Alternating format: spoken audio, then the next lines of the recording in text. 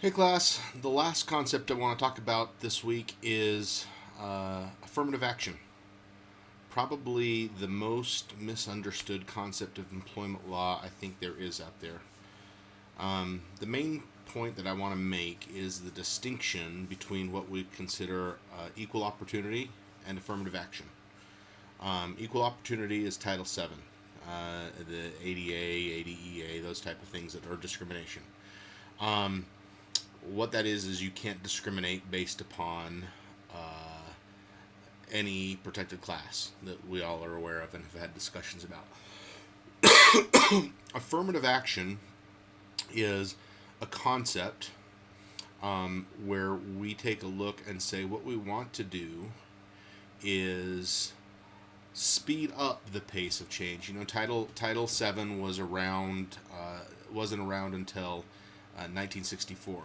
So you had Title VII in 1964. So roughly 55 years that we've had Title VII. Before that, we had almost 100 years of Jim Crow laws, and before that we had slavery. So and so you start taking a look at that. Women's suffrage, because oftentimes we think of affirmative action only based upon race, but affirmative action is also probably more impactful for gender. So, women's suffrage for the right to vote was 1920, and before that, excuse me, back in the days of the colonies and even well into that was women were property.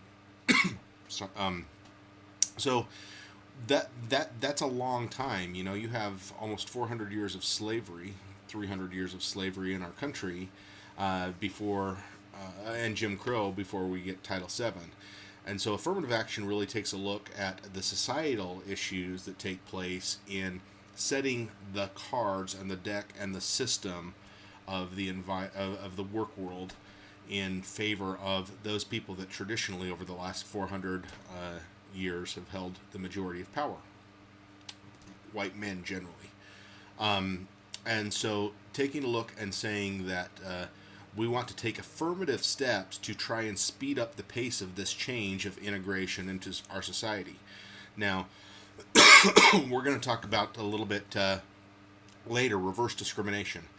Certainly, we can't get into the areas of reverse discrimination, but there are steps that we can take, legally valid steps through affirmative action, of trying to say that we value that diversity and inclusion and the pace of change in underrepresented areas in our organizations. And that's really the phrase that I want you to focus on is traditionally underrepresented areas, because obviously we know quotas.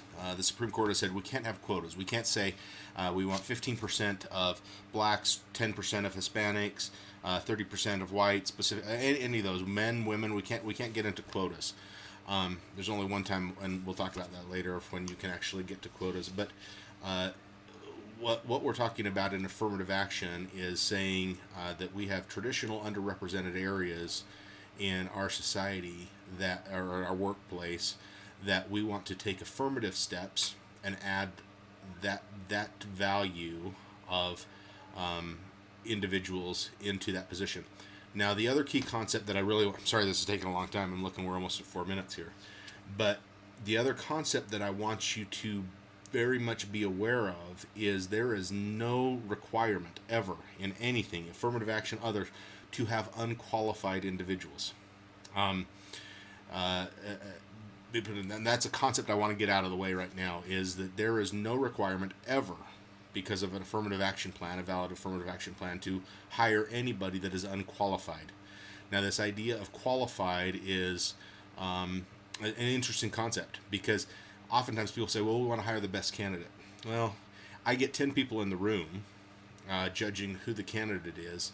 We're probably going to have at least 2 or 3, if not 10, different ideas of what qualifies as the best candidate. There's very few things that really get into what is quantitatively the best. Even when you look at admissions to college, grades, there are other things that are factored, that have to be factored into that besides grades and test scores. Community service, things like that. But especially in the work world where you don't have things that are that quantifiable. So really what you're saying is what we do is in the underrepresented areas that we've been talking about, these traditionally underrepresented areas, you're saying in your affirmative action plan that you want to make that a factor, just like you would organizational fit, just like you would a skill or anything like that, that when all things are equal or generally equal and you've got multiple qualified candidates, that you can include that as a factor. Not the sole determiner, but as a factor.